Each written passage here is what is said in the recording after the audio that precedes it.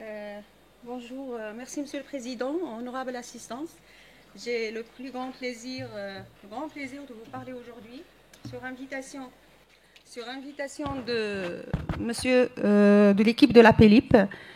D'ailleurs, je remercie énormément Monsieur Bouhmouch avec son équipe très vive, Madame Ranimi, Madame le professeur Ranimi, Madame le professeur Kalboubi, qui ont su assurer une continuité de la PELIP comme on l'a toujours connue. Donc aujourd'hui, on m'a demandé de vous parler de la mucopolysaccharidose type 1, diagnostic et management. Je ne sais pas comment on fait passer. Voilà, donc la MPS, la mucopolysaccharidose, que je vais appeler dorénavant, dès lors la MPS 1, c'est une maladie de surcharge lysosomale, c'est une maladie héréditaire qui est due à un déficit enzymatique qui va causer une surcharge des métabolites au niveau du lysosome et au niveau de certains organes cibles. Donc c'est une maladie rare certes, mais elle n'est pas si rare que ça, puisque vu le fort taux de consanguinité dans notre pays, elle continue quand même de poser un vrai problème de retard diagnostique et de retard de mise sur traitement. Et pourtant, c'est une maladie qui est curable. Donc, sur le plan physiopathologique, il faut savoir les métabolites qui sont en surcharge à cause du déficit enzymatique. Elles existent dans notre organisme sous forme de protéinoglycane et qui est utilisée. Je peux avoir ça? Merci. Donc, voilà. Donc, sous forme de protéinoglycane et qui sont des constituants majeurs des tissus conjonctifs et des membranes nucléaires et cellulaires. Et on parle alors de chondroïtine sulfate, de dermatine sulfate, d'héparin sulfate, de kératine sulfate, d'acide hyaluronique. Et on parle donc de MPS, de mucopolysaccharidose, quand on a un déficit enzymatique et qui va causer l'accumulation des glycosaminoglycanes qu'on a vu au niveau des organes et particulièrement une surcharge en dermatine sulfate et l'héparin sulfate dans le cas de la MPS1 qui existent. Donc ces dermatine sulfate et héparin sulfate qui sont des glycosaminoglycanes qui sont en fait des molécules de disaccharides qui sont reliées sur le plan spatial de façon différente, de façon à faire des différentes molécules ainsi citées. Et elles existent au niveau de l'os, au niveau du tendon, au niveau de la peau, au niveau du cœur, au niveau du foie, au niveau de l'aorte, au niveau des poumons, au niveau des cartilages et ligaments. Et on peut comme ça deviner un petit peu les atteintes multisystémiques que ceci va causer.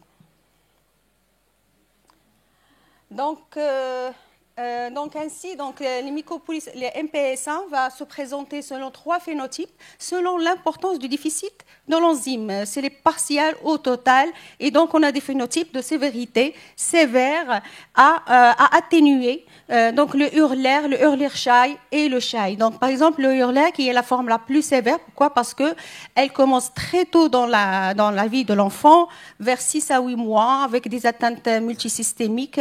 Et l'enfant, s'il y a un retard diagnostique et de retard de mise sous traitement, il va décéder avant les 10 ans. Le Hurler-Schei, où il y a un déficit partiel en enzyme, dans ce cas, il est compatible avec la vie jusqu'à l'âge de 25 ans, bien sûr, chez l'individu qui n'est pas traité, et le décès va survenir des complications cardio-respiratoires essentiellement. Le Schei, c'est vraiment des adultes qui sont diagnostiqués. Pourquoi? Parce que plus la forme est atténuée, plus les signes vont apparaître tardivement dans la vie de l'individu. Donc le Schei, il apparaît généralement à l'âge adulte, mais quand même, le décès peut survenir, le pronostic est essentiellement vital par l'atteinte cardiaque.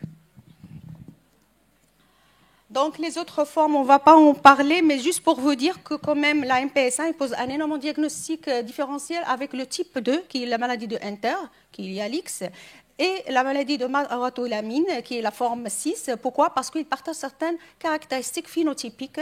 Et donc, c'est le bilan biologique qui va par la suite déterminer le diagnostic positif de la MPS1.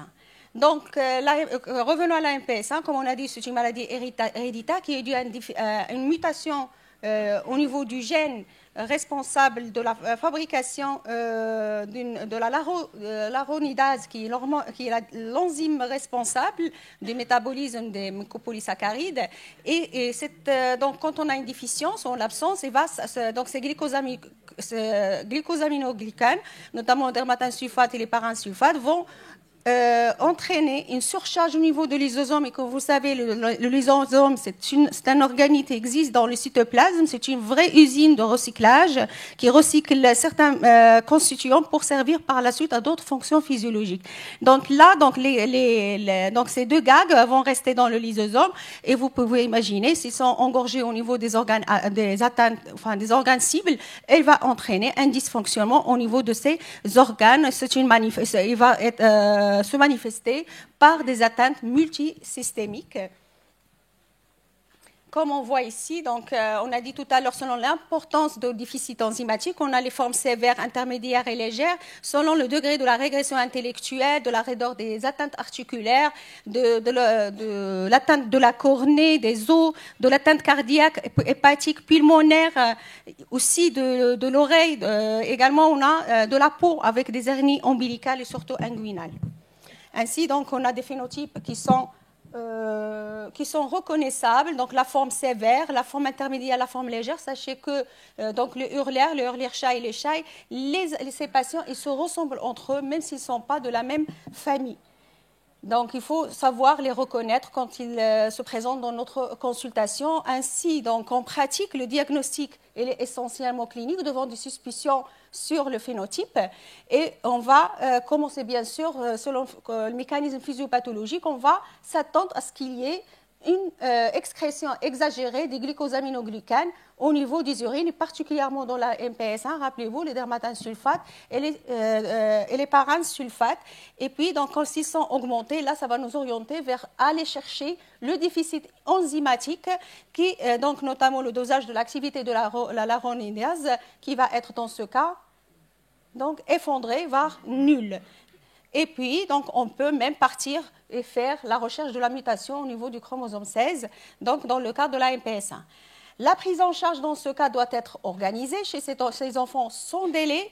Et le traitement, pourquoi? Parce que le traitement se veut essentiellement symptomatique pour les atteintes qui sont déjà installées. Et ceci, elle veut absolument une équipe multidisciplinaire. Et puis, on a le traitement spécifique qui repose essentiellement sur la greffe des cellules souches hématopoïétiques, et c'est préférable sur son du cordon. Et puis, donc, on a l'enzyme de remplacement thérapeutique, notamment la laronidase, la fameuse enzyme qui est déficiente, et on peut la remplacer en exogène. Et la seule molécule qui est commercialisée au Maroc, c'est essentiellement l'aldurazime, qui sont des hormones humains monoclonaux. Donc, et le choix va dépendre, recombinés, pardon, et le choix va dépendre, bien sûr, du phénotype, c'est-à-dire de la sévérité de l'atteinte et de l'âge du patient. Et on va voir pourquoi.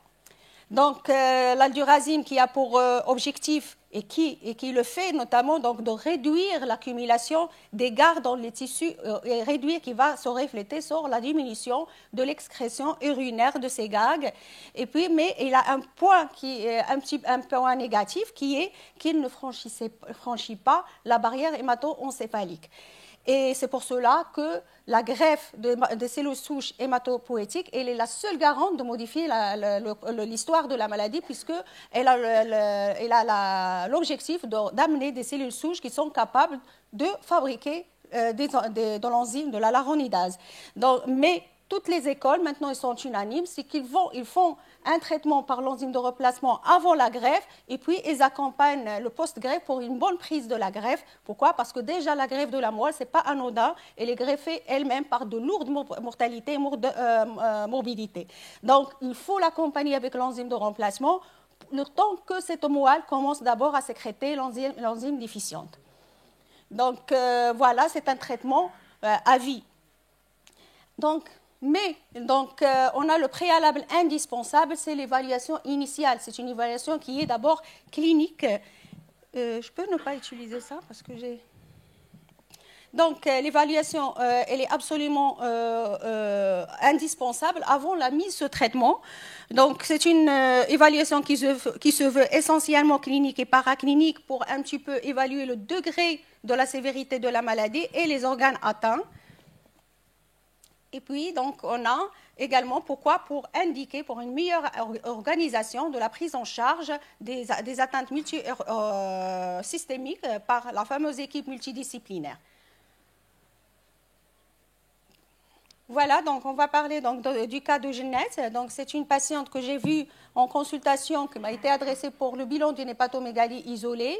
Donc il a remarqué qu'elle a une discrète dysmorphie faciale avec un hypertolorisme, avec une mâchoire un petit peu large et surtout une langue qui est grosse. Donc c'est une fille qui, d'après l'interrogatoire, donc elle ronfle la nuit. Donc tout de suite, qu'est-ce que je fais? Donc on a le DBS, donc c'est qui est gracieusement offert par les laboratoires Genzyme pour faire justement le diagnostic chez les malades suspects et donc qui revient avec le diagnostic avec la alpha-L laronidase qui est effondrée. Et donc bien sûr on a organisé la prise en charge et d'abord l'évaluation initiale clinique. Donc chez Jeannette, elle a un bon développement psychomoteur, pas d'hernie, pratiquement elle est au début, elle n'a que 9 mois, juste là une limitation quand même des amplitudes avec un test de la marche de 6 minutes qui est un petit peu allongé. Il n'y a pas d'opacité cornéenne, juste donc il y a absolument, même l'examen cardiaque est normal, il n'y a pas de souffle. C'est une fille qui a été vue très tôt et le bilan paraclinique, il est pratiquement normal, notamment l'IRM donc cérébral qui est sans anomalie, sauf le rachis qui montre une discrète scoliose avec une petite ébauche de syphose et qui est caractéristique, qui sont des signes caractéristiques dans le cas de la MPS1.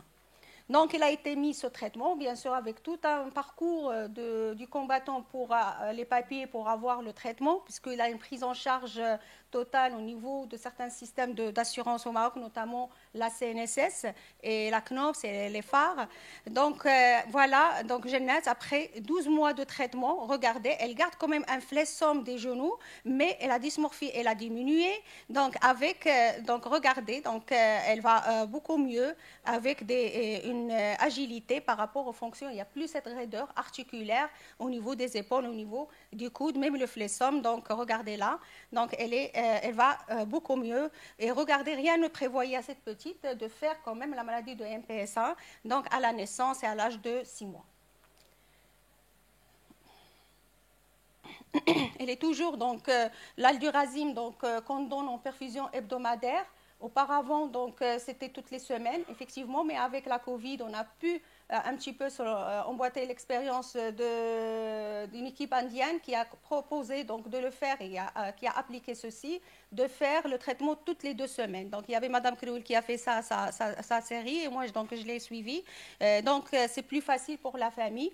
Donc, elle va regarder, donc, on fait les tests toujours, on évalue cliniquement l'évolution de la maladie. Donc, on le fait à l'hôpital de jour. Un deuxième cas clinique, c'est de Yassine, qui a été donc de parents consanguins. En fait, elle a été amenée en consultation parce qu'elle commence à ressembler un petit peu trop à sa défunte sœur qui était décédée des suites d'une maladie et lui ressemblait. Donc, l'examen clinique, il a un bon développement, un excellent développement psychomoteur avec un contact très facile, mais quand même, il a cette dysmorphie faciale avec des mâchoires qui sont larges, avec les langues qui pendent. Et surtout, il a une scoliose, une petite syphose, une hyperlordose et une hernie ombilicale, et puis ce flessum qui est caractéristique qu'on voit. Donc, il y a une dysostose déjà qui a commencé. Donc, et il y a également une hypertrophie amygdalienne. D'ailleurs, c'est un enfant qui fait souvent des otites, elle fait des infections, des pharyngites à répétition et surtout, il ronfle la nuit. Donc, qu'est-ce qu'on fait? On fait les dosages des gags urinaires et on fait le fameux DBS. Donc, voilà les résultats. Regardez, donc on a une forte élévation des glycosaminoglycanes, les dermatasulfates et les paransulfates, et le DBS qui évalue l'activité de l'enzyme, la laronidase, qui est pratiquement effondrée. Et bien sûr, qu'est-ce qu'on fait? On va faire l'évaluation clinique et paraclinique. Donc, je vous montre cette expérience de l'équipe de Manchester qui ont dédié tout un service pour la prise en charge de la MPS1 autour d'une équipe multidisciplinaire très passionnée que j'ai rencontrée, que j'ai eu le plaisir de les côtoyer. Donc, ils ont présenté une étude de 98 patients traités par l'enzyme de remplacement, la laronidase, l'aldurazine. Donc, 50% qui sont traités par l'enzyme substitutive avant la greffe, 48 sont laissés uniquement sans enzyme. Et il y a parmi cette cohorte 16 hurlèrent moins de 5 ans. Les résultats, c'est qu'ils ont remarqué qu'il y a quand même la réponse qu'elle va dépendre de la sévérité initiale de la maladie. Bien sûr, plus le traitement est tardif, le diagnostic est tardif, la mise au traitement est tardive, plus les réponses ne sont pas, ne sont pas optimales. Et l'âge de début de traitement. Et certains patients qui ont été bien pris en charge. Regardez, donc ils sont qu'on appelle peu ou pas répondeurs. Et c'est très important de mémoriser cette image parce que regardez, au même âge, ils ont commencé au même âge et pourtant celui-là, il a une bonne réponse et la petite qui n'a pas bien répondu au traitement. Alors pour le hurleur qui présente beaucoup de réticence par rapport à la mise sous traitement de ces malades, pourquoi? Parce que généralement, ils ont souvent un déficit cognitif, ils ont un retard mental important avec des anomalies au niveau de l'imagerie. Alors ils ont remarqué quand même ce sont des enfants, puisqu'on a dit que l'enzyme substitutive, elle arrête la progression de la maladie, au moins, donc c'est des enfants qui ne vont pas avoir des atteintes squelettiques, qui ne vont pas être impotents sur le plan locomoteur. S'ils sont un peu déficients, il ne faut pas quand même qu'on les garde comme handicapés locomoteurs. Donc, ils ont remarqué qu'ils ont une amélioration en termes de santé générale et de fonction d'organes spécifiques, et surtout pour les atteintes cardiaques et fonctionnelles qui engagent le pronostic vital. Donc, voilà, donc cet enfant, regardez ce bébé, regardez sa croissance, tout à fait normal, très mignon. Et puis, regardez encore, c'est notre enfant Yassine qu'on a vu tout à l'heure. Est-ce que, là, on doit se poser la question, était-il possible de faire le diagnostic avant ? C'est pour cela que les gens se sont penchés sur la compréhension de l'histoire naturelle de la mycopolysaccharidose type 1. Et donc, d'après ces cohortes, c'est une étude qui était multicentrique en Germanie, au Brésil, aux USA et au Japon. Donc, pour objectif de décrire l'histoire naturelle des MPS1 chez une cohorte qui est quand même assez importante, 1046 patients qui ont été inscrits dans le registre. Les gens ils travaillent en réseau pour une analyse descriptive. Et ils ont conclu qu'il existe, chez ces malades, chez eux, il existe un délai entre l'apparition, entre les symptômes et la mise en route du traitement, en particulier chez les patients qui ont une MPS1 atténuée. On l'a dit tout à l'heure. Donc, il faut quand même une meilleure compréhension des manifestations de la maladie. Ça veut dire qu'il faut être sensible aux symptômes pertinents qu'on peut voir chez l'enfant tôt dans sa vie pour commencer, pour faire le diagnostic et pour entraîner mise sous traitement. Pourquoi? Pour optimiser le traitement, pour optimiser l'efficacité du traitement, pour ne pas dire par la suite que le traitement, que ce soit l'enzyme ou la greffe, n'a rien à ramener. De toute façon, la greffe, on a limité l'âge à 2 ans et demi. Sur les présomptions cliniques et sur l'analyse des symptômes cliniques, donc, il y avait un algorithme qui a été élaboré par 11 experts en 2016. Ils se sont penchés sur 35 dossiers, tous moins de 2 ans. Ils ont sélectionné les symptômes et les signes pertinents pour voir un petit peu la prévalence et la spécificité dans cette petite cohorte. Et qu'est-ce qu'ils ont trouvé? Surtout, donc, ils ont ciblé, bien sûr, moins de 2 ans et au-delà de 2 ans, parce que moins de 2 ans, c'est des enfants qu'il faut orienter vers une prise en charge spécifique particulière, notamment la greffe et associée à l'enzyme substitutif. Donc, on a trouvé que c'est surtout, donc, quand l'enfant est jeune, il n'est pas normal de trouver une syphose, il n'est pas normal de trouver une hernie inguinale, des rétractions articulaires, et surtout les infections respiratoires récurrentes, surtout quand on a ces signes qui sont associés, qui n'ont rien à voir l'un avec l'autre, et qui sont associés, il faut penser à une maladie métabolique de surcharge, particulièrement à la MPS. Et je vais vous montrer, donc, pour les plus de 2 ans, c'est surtout la valvulopathie, les rétractions articulaires qui sont plus marquées. Un canal carpien chez un enfant n'est pas normal, et surtout les problèmes ORL, le fameux SAS, syndrome d'apnée de sommeil, qui sont fréquents chez ces enfants. Malheureusement, parfois, ils atterrissent chez les ORL et ils n'ont pas, donc, on n'a pas, c'est-à-dire, on n'a pas de relation avec les spécialistes dans le cadre de choses anormales pour les suivre, pour faire le diagnostic. Donc, voilà, donc, ils ont élaboré donc, cet algorithme, et ils ont remarqué, ils ont étudié ces symptômes rétrospectivement, et ils ont fait cet algorithme qu'ils ont appliqué à ces 35 patients. Ils ont remarqué que s'ils avaient appliqué cet algorithme, ils auraient repêché des enfants plus tôt que ça. Donc, 32 patients auraient été diagnostiqués tôt s'il y avait utilisation de l'algorithme qu'ils ont établi et qu'ils proposent qu'on l'utilise pour les gens qui sont sensibles à ce genre de pathologie. Donc, même pour la mise au traitement, il y a des recommandations. Donc, les Américains, donc, en 2013, donc, ils ont élaboré cette recommandation, moins de 2 ans, au-delà de 2 ans, avec ou sans atteinte cognitive, pour proposer l'enzyme de remplacement ou bien associé à la greffe ou bien l'enzyme tout seul. Sachez que les anglo-saxons, ils n'hésitent pas, ils donnent le traitement substitutif, quel que soit le degré d'atteinte cognitive chez l'enfant. Donc, toujours, donc, bien sûr, n'oubliez pas le traitement symptomatique qui doit accompagner la mise sous traitement spécifique. Et surtout, après l'évaluation initiale, reste quand même le préalable indispensable, notamment l'évaluation préopératoire. Parce que dès qu'on diagnostique un enfant MPS1, sachez qu'il va passer sur la table d'opération. Pourquoi? Parce que c'est des enfants systématiquement chez qui on enlève les amygdales, et peut-être ils vont nécessiter un traitement donc pour les valvopathies, parce que les atteintes cardiaques sont fréquentes, notamment parce que les gags se déposent au niveau des valves aortiques, et donc ça cause des rétrécissements aortiques, et se déposent donc au niveau de la cornée, et donc ils doivent passer chez l'ophtalmo. Donc il faut toujours programmer, évaluer et programmer, et surtout rester en étroite collaboration avec les anesthésistes, parce que c'est des enfants qui sont difficiles à anesthésier et sont difficiles à intuber. Donc c'est des enfants qui sont particulièrement fragiles à l'anesthésie.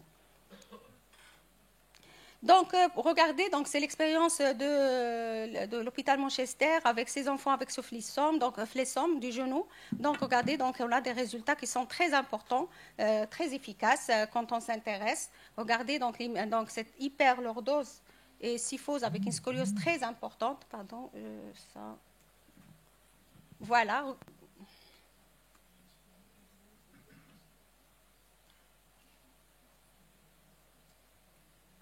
Donc, les corrections, même pour l'instabilité, au niveau de rachis cervical, qui, bien sûr, engage le pronostic vital, parce qu'on a l'infiltration des gags au niveau de la dure mère, ce qui va entraîner des sténoses. Donc, il faut les corriger, et il faut collaborer avec des neurochirurgiens qui doivent être passionnés.